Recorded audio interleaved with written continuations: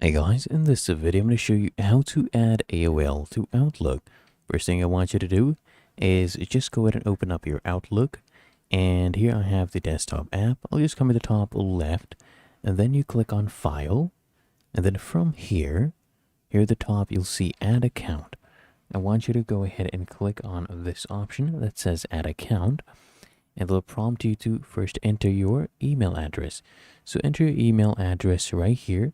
Then you can click on connect. Okay, if you want, you can set up your account manually if you had made different settings to your IMAP, for example.